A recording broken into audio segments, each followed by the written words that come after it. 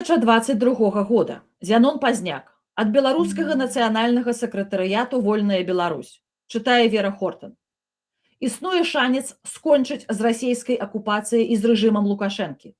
Беларусь 27 гадоў існавала пад рэжымам унутранняй прамаскоўскай акупацыі.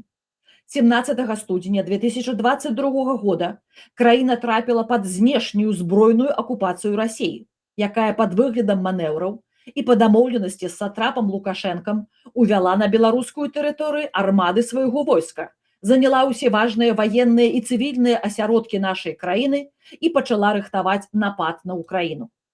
Акупанты сталі распаражацца на нашай зямлі, рабаваць насельніцтва, карыстацца нашай дзяржавнай інфраструктурай у агрэсіі супраць Украіны. У цяжкім стане апынулася беларускае войска, якое не аказала супраціву акупантам і якое расейцы імкнуцца ўцягнуць у вайну супраць украінцаў пад выглядам саюза з Лукашэнкам. 50 тысячаў беларусаў лукашысту кінулі за краты. Больш за 1000 палітвязняў знаходзяцца ў турме.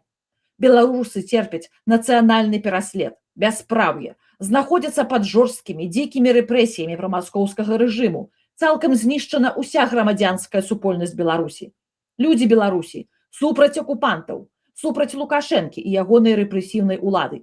Нянавісць і злосць да рэжыму акупантаў павялічваецца і чакае моманту, каб вырвацца на паверхню.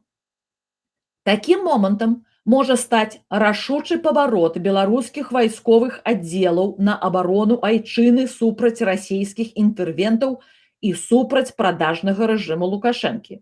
Дзеянні мусяць быць рашучымі, хуткімі і простымі. Якраз першае.